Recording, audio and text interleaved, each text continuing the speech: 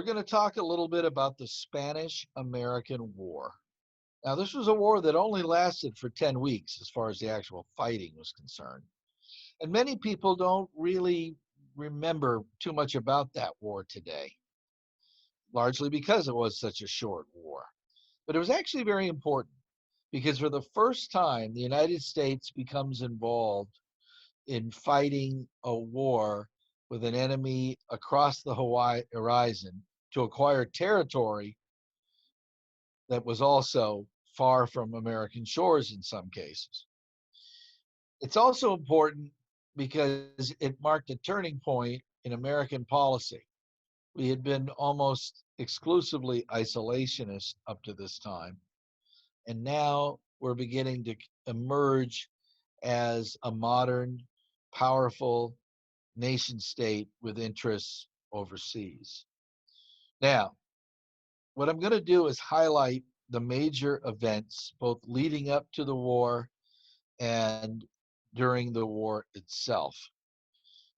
So this is going to be, you could say, an exercise in studying a timeline, which is always important in history because you can see how events relate to one another. Now, to understand the Spanish-American War, you have to first understand how it originated. From 1868 to 1878, the Cubans rebelled against Spanish rule, what became known as the 10 Years' War. It was a brutal affair. Over 100,000 Cubans died. Probably 20,000 plus Spaniards died. And the war ended basically in a stalemate between the Cuban rebels and the Spanish government. And the treaty that ended the war was called the Pact of Zanjón. This is when the Cuban rebels laid down their arms as Spain agreed to grant Cuba greater autonomy, that's greater self-government, but most importantly, to emancipate the slaves. And they agreed to emancipation within 10 years. They would actually beat that by 2 years and free the slaves by 1886. Well, almost as soon as the Pact of Zanjón's ink was dry, some of the rebel leaders, in particular one by the name of Calixto Garcia, he could see that Spain was going to renege on most of the promises they made. So he initiated a renewed fight for independence. And it only lasted about a year before he once again agreed to lay down his arms. And it becomes known as the Guerra Chiquita in Spanish, or the Little War. Now, in 1891, a famous Cuban intellectual who had been in prison in both Cuba and Spain for speaking out against the Spanish government, he was able to sneak out of Spain, and he came to New York City and he began planning the Cuban War of Independence. And he started doing all the things he needed to do to prepare for war, but he wanted to wait for an economic downturn before he launched the war.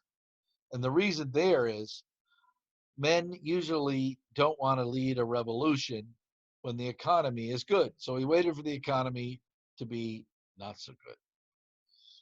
Congress passed a tariff which put a 40% duty on imported Cuban sugar.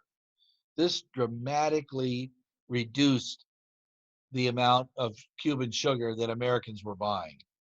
And this caused all kinds of extensive layoffs in the agricultural industry in Cuba, which was highly focused on sugar. And as a result of that, people in Cuba were becoming very discontent with the situation in Cuba and decided, under the leadership of Martí in February 1895, to launch the Cuban War for Independence, which was a series of uprisings all across the island. Now, the Spanish knew that if we ever intervened on behalf of the Cubans, that they had no chance to defeat the United States unless they were to get an ally. And so they sought an ally with Great Britain in August of 1895 because Britain was the greatest power in the world at that time, had a powerful fleet, and had great influence with the United States, as well as potentially could wield great military power. Well, Britain refused to get involved, and this was a major setback for Spain. Spain realized now that they weren't going to get any help from anyone else. Now, President Cleveland began reshuffling the American military to prepare for an eventual showdown with Spain if the situation deteriorated, which it soon did. Because in January of 1896, a year after this rebellion began, the Spanish brought in a General Weyler and gave him all kinds of dictatorial powers in Cuba to suppress the rebellion. He soon got the nickname the Butcher, and he implemented a policy of relocation, relocating nearly a third of the entire Cuban population, which resulted in mass death due to improper sanitary conditions. Well, the U.S. wanted to push back. Our president this time was President McKinley, and he recalled to Spain. He was recalled to Spain under U.S. pressure from President McKinley. Again, Spain backing down here because they don't want a confrontation from the United States. Also under pressure from the United States, Spain decided to grant limited autonomy to Cuba in 1898, limited self-government. Well, this had a strange kind of effect. The Spanish-born Cubans in Havana began rioting. And this caused the U.S. to send the Maine, our big Maine battleship, to Havana Harbor with Marines to carry out a potential evacuation of the 3,000 American citizens that were living in Havana. At the same time, the press, known as the Yellow Press for being sensationalistic, published a letter from the Spanish ambassador to the Spanish government back in Madrid, in which he insulted the president. And this outraged Americans and further exaggerated that clamor for war. Now, due to a tragic accident, the USS Maine sinks as a result of an explosion. The investigative team for the United States determines that the explosion was an external explosion, meaning a mine was planted, while the Spanish said it was an internal explosion, meaning that it was an accident. Well, the U.S. believed our engineers over Spain's and immediately began planning to attack the Spanish fleet. And they picked the Philippines as the first place to attack because they thought that we would be focused on Cuba and this would be kind of a surprise. And indeed, it was. Congress in March of 1898 starts raising extra money for defense, anticipating there's going to be a war.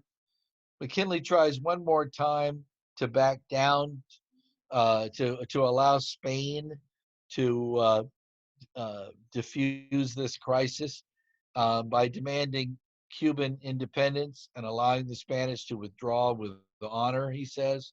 But of course, Spain, a few days later, rejects this ultimatum. McKinley then asks Congress for permission to intervene in Cuba.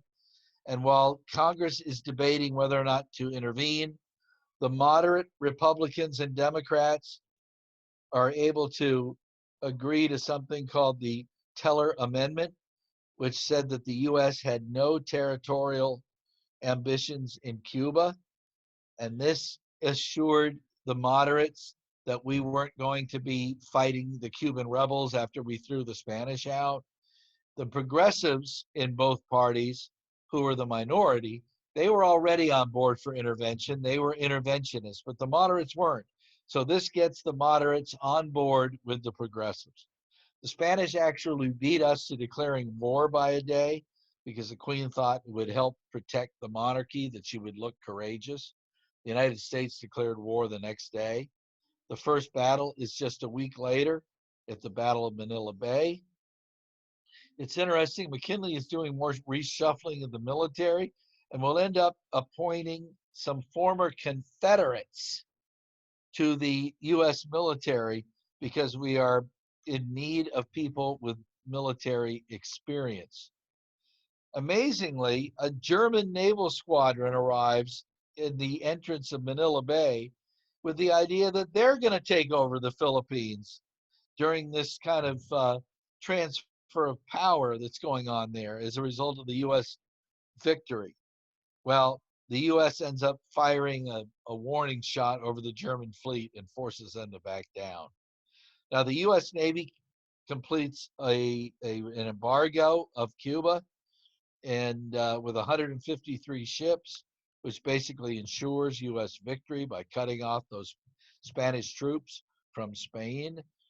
First U.S. troops land in late June. They land in a place called Daiquiri, Cuba.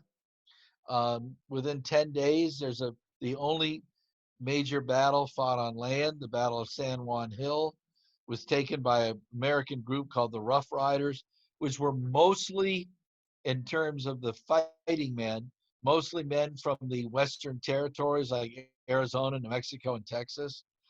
These were volunteer units. Um, the Rough Riders were led, though, by a bunch of uh, powerful Wall Street executives that have basically purchased commissions.